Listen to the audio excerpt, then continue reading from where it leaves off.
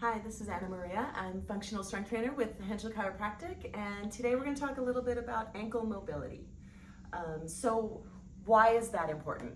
Right? We're on our feet all day long, and some of you might be experiencing either from age or from past injuries. Maybe you sprained your ankle where you've really sort of having to gingerly place your feet because we don't have that full range of motion with your ankles before.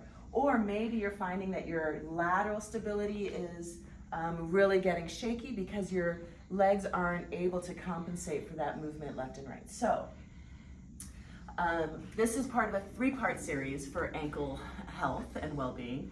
First one is going to be ankle mobility, which is what we're going to do right now. The next one will be about building that ankle strength. And then we'll do another video that is about stability, and we'll work that balance a little bit more. Super important. So mobility. So first let's talk about there are 4 different movements of your ankle, right? There's your plantar flexion, that's when your toes are pointed, right? There's that dorsiflexion when you pull your toes back, right? There's eversion, pulling those toes out, and then there's inversion, pulling them in.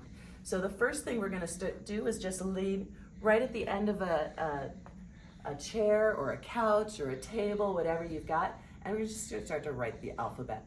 So I'm going to use capital letters here. I've got an A, cross it. I'm going to go down, make a little loop, and then a bigger one for my B, and then all the way around for a C. You get the picture, right? All the way through the alphabet. Your mission is to make these letters as big as you can, right? These are big capital letters. If there's an O, you're going all the way around, okay? So after you get pretty good at that, and that's something you're gonna do every day, then we're gonna also maybe hold on to your femur, right? So this big thigh bone, that's your femur that goes in your pelvis. You're gonna hold it nice and tight. And now you're gonna start to make some big circles, right? I'm moving counterclockwise. Take your time.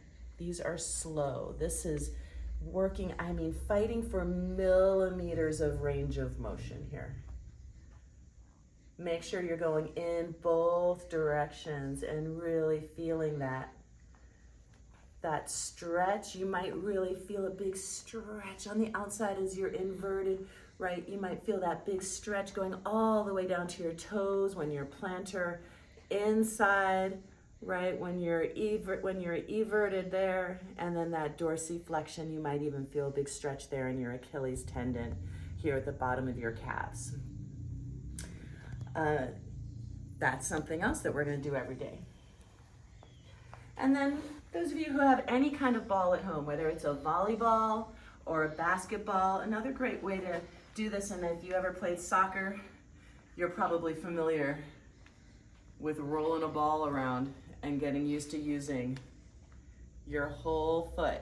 Now, we don't want to just be using your leg, right? My ankle isn't doing a whole lot of work if I'm just moving my leg around in a circle, right? So we want to kind of keep that pretty stationary, and it's just the lower body, just that lower leg that's doing the work.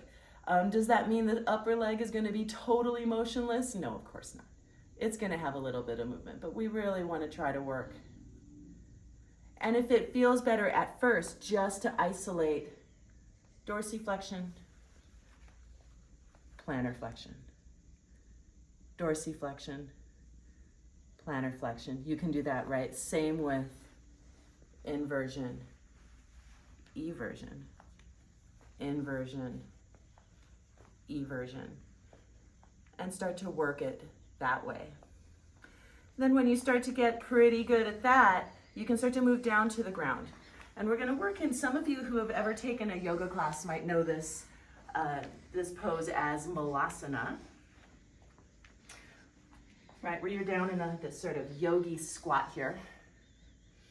If you need to sit on a block, that's going to help you out. You can sit on a block. But we're going to start to shift a little left and right. Now, your mission when you're moving into these movements is to keep both heels down, right? So we're not going to just let them lift up.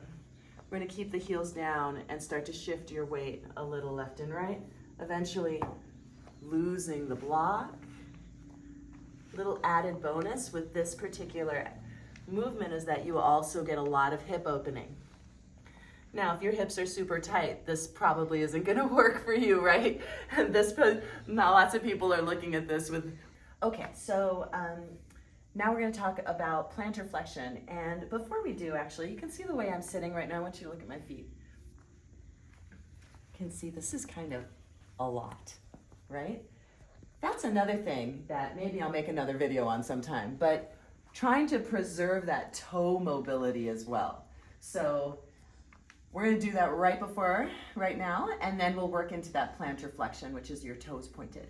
So coming onto hands and knees, a tabletop position, right? Knees are hip distance, feet are hip distance. We're gonna curl those toes under and start to sit your hips back. Now, for lots of us, we wanna make sure that like your little toes, your little pinky toes, that they get invited to the party. And for lots of us, they need a little personal invitation. You might actually have to take your finger and curl them under.